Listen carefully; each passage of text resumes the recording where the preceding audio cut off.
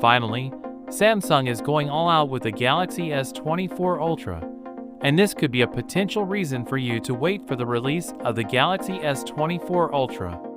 There are a number of new updates coming to S24 Ultra, and the final one will clear up any confusion regarding the Galaxy S24 Ultra's battery.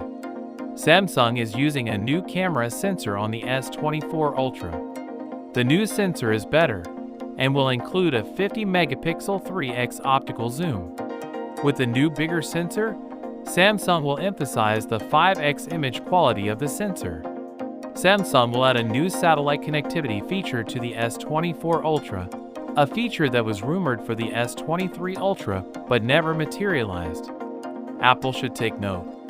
Now, even the South Korean Minister of Science has hinted that the satellite connectivity feature will arrive in South Korea in the coming years, with Samsung's S24 Ultra being the first mobile to support it.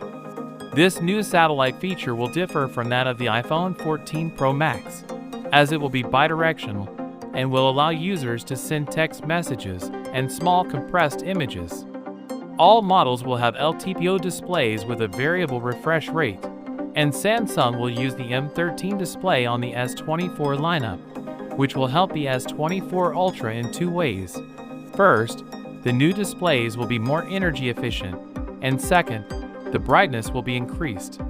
S24 and S24 Plus were going to get larger batteries, but S24 Ultra will have the same 5,000 mAh battery.